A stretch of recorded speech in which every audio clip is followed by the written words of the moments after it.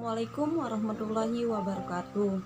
Perkenalkan, nama saya Mulyati, NIM 1810 123 12 0012. Saya dari kelas A. Assalamualaikum warahmatullahi wabarakatuh. Perkenalkan, nama saya Taufik Hidayat, NIM 1810 123 110006. Saya di kelas A dan saya berada di kelompok 7. Warahmatullahi wabarakatuh. Perkenalkan, nama saya Nurul Karmila. Assalamualaikum warahmatullahi wabarakatuh. Perkenalkan, nama saya Muhammad Syahril Adaha. NIM saya 181012311019. Saya dari kelas A. Wabarakatuh. Perkenalkan, nama saya Saibah, NIM 1810 123 120020. Assalamualaikum warahmatullahi wabarakatuh. Perkenalkan, nama saya Yumna Sabila, NIM 1810 123 120016 dari Rek A.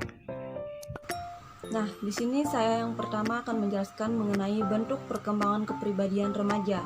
Jadi, seperti yang dikemukakan oleh Eric Fromm bahwa pembentukan kepribadian tergantung dari dua faktor lingkungan, yaitu yakni yang pertama itu asimilasi dan yang kedua itu sosialisasi. Nah, jadi asimilasi ini menyangkut hubungan manusia dengan lingkungan, sedangkan sosialisasi ini menyangkut hubungan dengan lingkungan manusiawi.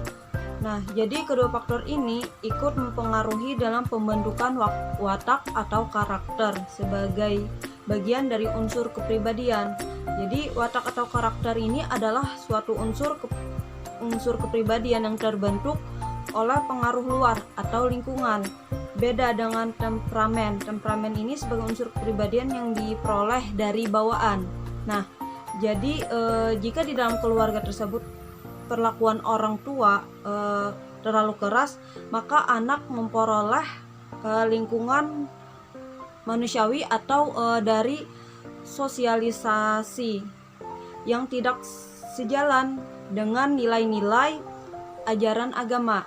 Nah, sehingga walaupun dalam lingkungan bendawi atau asimilasi, anak diperkenalkan dengan benda-benda keagamaan, bentuk kepribadian agama secara utuh dapat dikatakan akan sulit untuk dipenuhi. Sebaliknya, bila sikap agama dan perlakuan orang tua itu sejalan dengan nilai-nilai ajaran agama atau sosialisasinya, tetapi tidak didukung oleh pengenalan lingkungan bedawi atau asimilasi yang sesuai dengan nilai-nilai tersebut, maka kebesaran mungkin untuk membentuk suatu kepribadian yang didasarkan oleh nilai-nilai ajaran agama, kedua faktor tersebut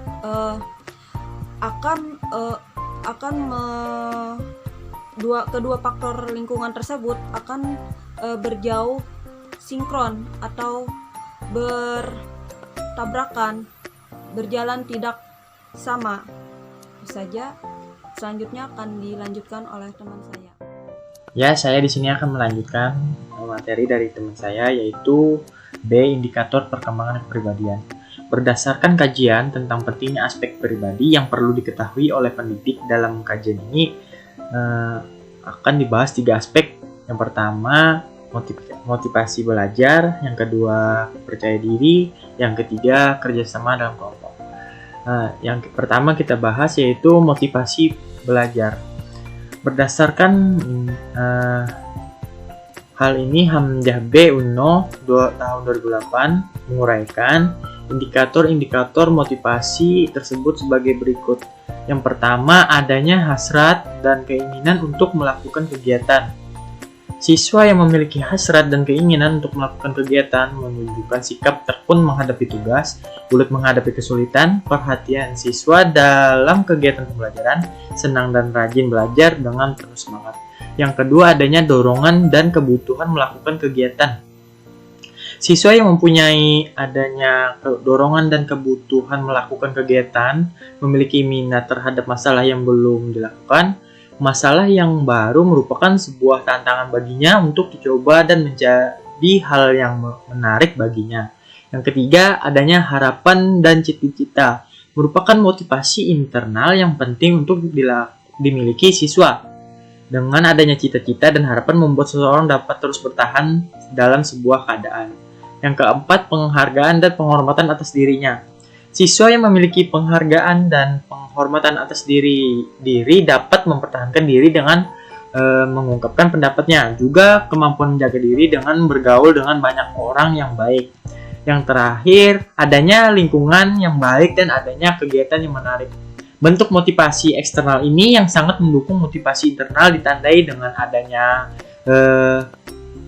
adanya dukungan diri orang tua, adanya 24 jam dukungan guru, suasana belajar yang menyenangkan, serta adanya kegiatan belajar yang menarik. Yang kemudian aspek yang kedua yaitu percaya diri. Anita Lee tahun 2003 menyebutkan bahwa terdapat ciri-ciri atau indikator perilaku yang mencerminkan percaya diri, yaitu yang pertama, yakin kepada diri sendiri. Meyakini kemampuan diri sendiri untuk melakukan suatu hal. Kemampuan ini adalah kekuatan pada diri seseorang yang menunjukkan bahwa dirinya mampu untuk melakukan suatu hal yang telah ia kuasai. Yang kedua, tidak bergantung pada orang lain. Keyakinan akan kemampuan diri mendorong seseorang akan senantiasa mengerjakan sesuatu dengan tidak bergantung kepada orang lain, karena ia yakin akan kemampuan dirinya sendiri. Yang ketiga yaitu merasa diri berharga. Pribadi seseorang tidak hanya perlu dihargai oleh orang lain, tetapi juga oleh dirinya sendiri. Seseorang yang merasa dirinya berharga dan menunjukkan sikap tidak mudah putus asa serta adanya perasaan wajib menjaga dirinya sendiri. Yang keempat yaitu tidak menyombongkan diri. Keyakinan akan kemampuan diri penting, namun ketika hal ini berlebihan pada diri seseorang akan muncul kesombongan dirinya. Hal ini tidaklah baik dimiliki siswa dan harus menghindari sifat tersebut. Seseorang yang memiliki sifat tidak menyombongkan diri akan memiliki sikap rendah hati.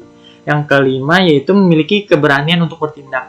Seluruh keyakinan yang terkumpul pada diri seseorang akan memiliki keberanian untuk bertindak. Yang terakhir, aspek yang terakhir yaitu kerjasama dalam kelompok. Dan Sullivan dan Catherine Nomorat tahun 2006 menjelaskan bahwa kerjasama adalah hal yang penting bagi perkembangan masa kehidupan. Ketika beberapa orang bahu-membahu untuk sebuah tujuan yang sama, mereka akan memperoleh hasil yang tak dapat dicapai oleh seseorang tersebut. Itu saja dari saya, akan dilanjutkan oleh Akan menjelaskan tentang faktor penyebab masalah perkembangan kepribadian remaja. Nah, perkembangan kepribadian remaja itu akan terhambat dikarenakan dua faktor, yakni yang pertama faktor internal. Faktor internal itu ialah individu tidak mempunyai tujuan hidup yang jelas. Jadi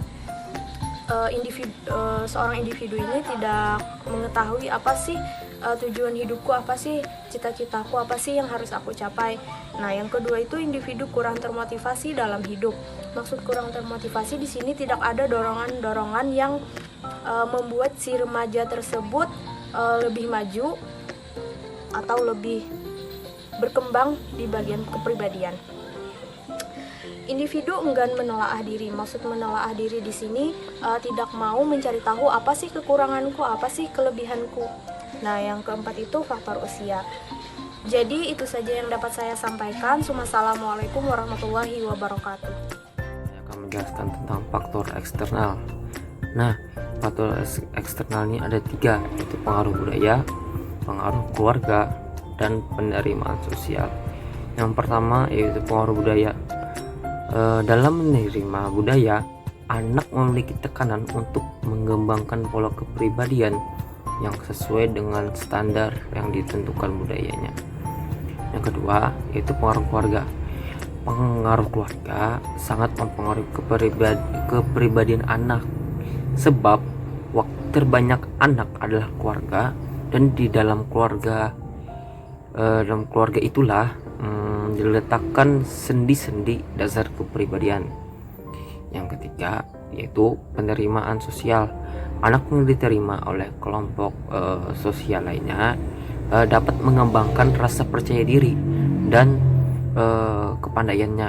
Sebaliknya, anak yang tidak diterima dalam lingkungan sosialnya akan membenci orang lain, cemberut, dan mudah tersinggung. Dampak masalah perkembangan kepribadian. Nah, yang mana dampaknya ini meliputi 9. Yang pertama ada mudah marah. Nah, mudah marah ini merupakan dampak pertama dari masalah kepribadian. Dampak marah ini yaitu untuk mengeluarkan atau melampiaskan emosi mereka tersebut sehingga mereka merasa nyaman, namun orang lain merasa terganggu. Yang kedua ada menunjukkan kekhawatiran dan kecemasan. Ketika orang mengalami kekhawatiran dan kecemasan, itu mereka juga tidak nyaman. Yang ketiga ada sering merasa tertekan. Dengan sering merasa tertekan, mereka nantinya akan mengalami stres dan depresi. Yang keempat, bersikap kejam dan suka mengganggu orang lain. Yang kelima, ada ketidakmampuan untuk menghindar dari perilaku menyimpang. Nah, meskipun mereka sudah diperingati atau dihukum, mereka tetap melakukan hal yang negatif tersebut. Yang keenam ada mempunyai kebiasaan berbohong. Mereka sangat suka berbohong dampaknya ini. Yang ketujuh ada bersikap memusuhi orang lain. Mereka tidak senang dengan keberhasilan orang lain atau bisa dibilang mereka itu iri. Yang kedelapan ada senang mengkritik dan mencemooh orang lain. Mereka mengkritik itu dengan cara yang tidak benar. Yang terakhir ada sulit tidur. Nah, ketika orang merasa memiliki gangguan kepribadian ini, maka mereka akan sulit tidur. Itu saja yang dapat saya sampaikan. Selanjutnya akan dijelaskan oleh teman. Materi mengenai strategi BK untuk mengatasi masalah perkembangan kepribadian. Jadi masa remaja itu disebut juga masa untuk menemukan identitas diri. Usaha pencarian identitas pun banyak dilakukan dengan menunjukkan perilaku coba-coba, perilaku imitasi, atau identifikasi. Ketika remaja gagal menemukan identitas dirinya, dia akan mengalami krisis identitas, sehingga mungkin saja akan terbentuk sistem kepribadian yang bukan menggambarkan keadaan dirinya yang sebenarnya. Reaksi-reaksi dan ekspresi emosional yang masih labil dan belum terkendali pada masa remaja dapat berdampak pada kehidupan pribadi maupun sosialnya. Dia menjadi sering merasa tertekan atau justru dia menjadi orang yang berperilaku agresif. Pertengkaran dan perkelahian sering kali terjadi akibat dari ketidakstabilan emosionalnya. Yang pertama ada mengatur diri dalam hubungan dengan dirinya sendiri. Jadi menurut konsep bimbingan dan konseling seperti dikemukakan dalam psikoanalisis, eksistensial terapi terpusat pada pribadi dan rasional emotif terapi, sikap baik merupakan kecenderungan pribadi yang mampu mengatur diri dalam hubungannya terhadap diri sendiri, memiliki ciri-ciri kepribadian pokok. Jadi ciri-ciri kepribadian pokoknya itu ada berupa ego berfungsi penuh, yang kedua bebas dari kecemasan, 3 keterbukaan terhadap pengalaman, keempat percaya diri, kelima sumber evaluasi internal, keenam konvergensi, yang ketujuh menerima pengalaman dengan bertanggung jawab, yang kedelapan kesadaran yang meningkat untuk tumbuh secara berlanjut, yang kesembilan tidak terbelenggu oleh ide tidak rasional, dan yang terakhir ada menerima diri sendiri. Lalu di bagian yang kedua ada mengatur diri dalam hubungannya dengan orang lain. Jadi menurut bimbingan dan konseling seperti dikemukakan dalam terapi Adler, behavioral, transaksional, dan terapi realita, bahwa sikap baik berikutnya adalah pribadi yang mampu mengatur diri dalam hubungannya terhadap orang lain. Ciri-cirinya adalah yang pertama ada mau berkarya dan menyumbang serta mau memberikan dan menerima. Yang kedua ada memandang baik diri sendiri dan baik diri orang lain. Yang ketiga signifikan dan berharga baik bagi orang lain. Dan yang terakhir adalah memenuhi kebutuhan sendiri tanpa harus mengganggu atau mengorbankan orang lain. Di bagian ketiga ada mengatur diri dalam hubungannya dengan lingkungan.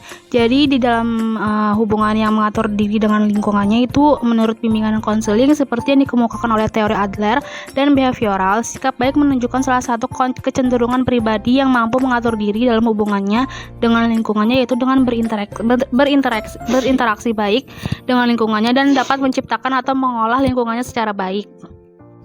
Lalu ada yang bagian terakhir, bagian keempat, mengatur diri dalam hubungan dengan Allah Subhanahu wa Ta'ala. Jadi konsep bimbingan dan konseling tidak ada menerangkan hal ini. Al-Quran menerangkan bahwa kecenderungan sikap baik ditunjukkan dengan kepribadian yang mampu mengatur diri dalam hubungannya dengan Allah.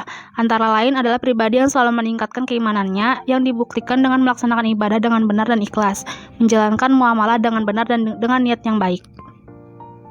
Sekian dari kelompok kami kembalikan ke moderator.